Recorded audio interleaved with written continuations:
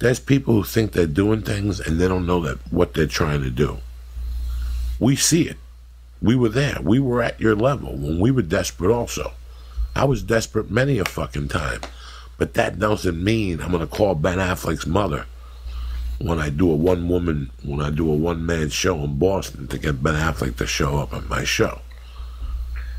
I know a guy who did that. It's when you say it, it sounds crazy, but then I don't know. I feel bad for these people sometimes. Like I feel bad. Like how do you? Maybe you just feel like you're taking a shot. Well, at some point, like Rudy has said on this podcast before, one of his first visits on this podcast, Rudy Sarzo spoke about a thin line between musicians and mental health. Same thing goes with comedians. Same thing goes with fucking comedians. It's a thin fucking line. You've seen it. There's nights you and I have gone out high to comedy clubs way before you even dreamed of doing an open mic. Yeah. And I would go, what's the matter? And you go, that comedian creeps me out. That comedian creeps me out. That comedian creeps me out. Don't fucking tell me. You remember. Don't make me say fucking names. Oh, yeah, absolutely. You had a couple guys that you would get high and they would drive you fucking insane. They start running material or... Yeah, oh, it's crazy. And they don't know that you know what I'm saying? Like, I'm in the business. Knock it off. Smarten the fuck up. And it's not their fault. It's not their fault. You know, I probably did the same fucking thing. But then you learn that you have to work from strength, not from weakness. That's a really weird sentence. Yeah, what do you mean by that? You have to work from your strength. For years, until about 4 years ago when the word got out, I would get, let's pretend they're in MySpace, in the beginning of Facebook, I would get, hey, Joey, how are you? Big fan of the fucking podcast. We have a proposal for you and Joe Rogan, to come do my fucking Christmas party. You know, that makes me feel bad because you really don't want me. You really want Joe Rogan, but you just don't. He's not replying to your stupid fucking emails. Right. He thinks he's going to go down the line. So the word got out over the years that nobody plays that shit. So those type of emails stopped. Really? Yeah. Nobody, we don't play. There's no reason to play. Don't play. Unless you come direct to me with something, don't come to me for Joe. I used to torment people. I would love when people would fucking actually call me and say, can you have Joe's number? And I go, yeah, sure, grab a pen. And they'd grab the pen. I'd give them a minute, and I go, all right. And I go, here it is, CAA. And I would give them, like, whatever the agency number is. And they would just be quiet on the other end. They would just silence because they thought they were going to get a fucking handout. And I just threw them to the wolf. I threw them directly to the wolf. And they don't even have the balls to say, no. Do you have his number? And I'm going to go, listen, the best advice for you that I have is to call the agency. You call him personally, he's going to come over and stab you in the lung. You'll be walking around like Lee with bronchitis for a month. I'm surprised you didn't like find a place named like Rogan's Hardware and give them that number or something. Just a message, just like a fake number.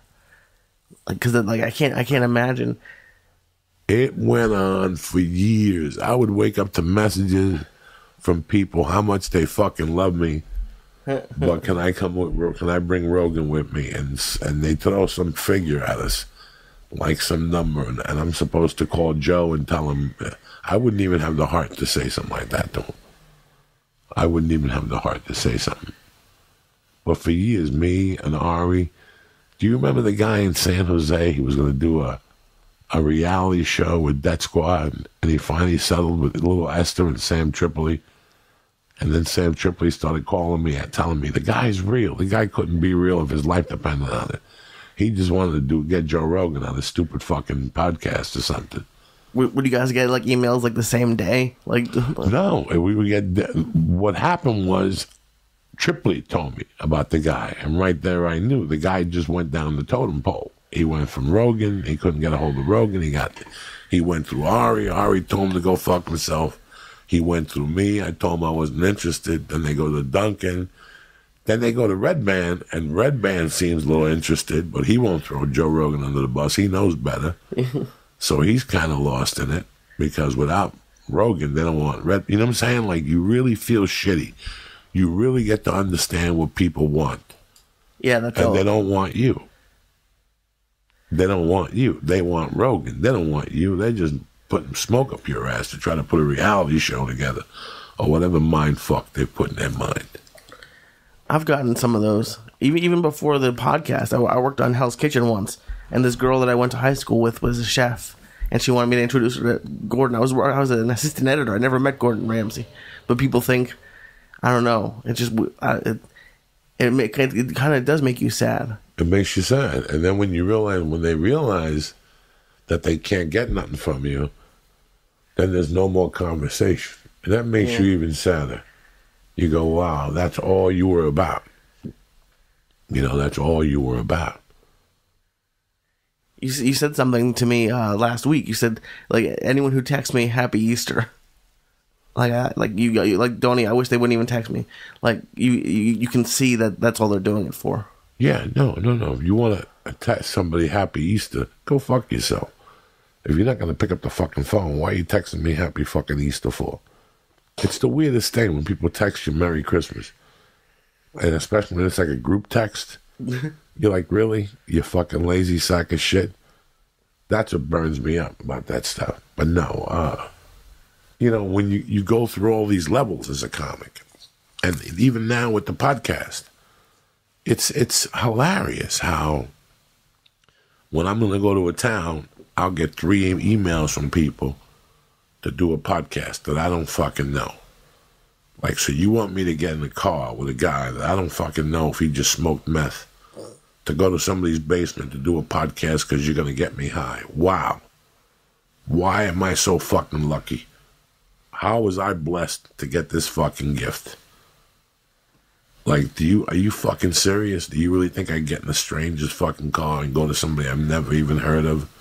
Would you used to, though? Maybe not a podcast, but would you get in a stranger's car? No.